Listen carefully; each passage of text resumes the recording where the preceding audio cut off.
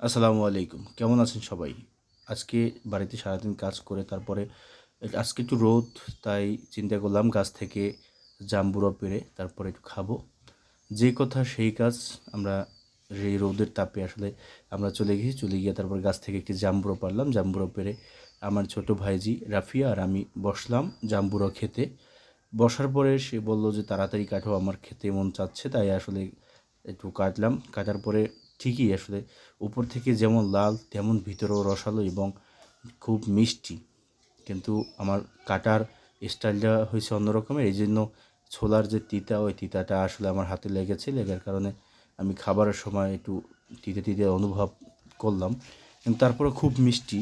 খেয়ে দেখলাম খুব মজা।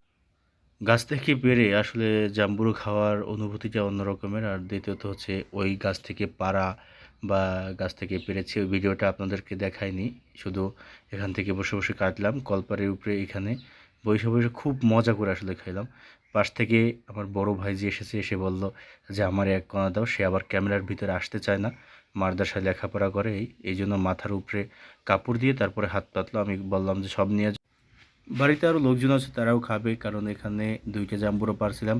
১ম এ আমরা একটা খেয়ে ফেলছি আর ওই ভিডিওটা আমরা এখানে নিইনি। তারপরে বললাম যে ২য় টা যখন খাবো একটা ভিডিও করে ফেলি। ভিডিওটা করে Facebook বা সোশ্যাল মিডিয়ায় আপলোড দিব যে কেমন হয়েছে, বা আসলে আপনারাও দেখবেন যারা গ্রামে থাকেন, গ্রামে নিজেদের গাছ থেকে ফল পেড়ে খাওয়া অনুভূতি অন্য রকমের। বাজার থেকে কিনে খাওয়া যায় বা কিনে যে স্বাদটা পাবেন বা নিজেদের গাছ থেকে পাইড়া তারপরে খাওয়াটা, এটা হচ্ছে অন্য রকমের একটি অনুভূতি। সবাই ভালো থাকবেন, ভিডিওটা ভালো লাগবে শেয়ার করে দিবেন এবং পাশে থাকবেন। নতুন, নতুন এরকমের আরও ভিডিও চেষ্টা করব দেওয়ার জন্য। ধন্যবাদ। আসসালামু আলাইকুম।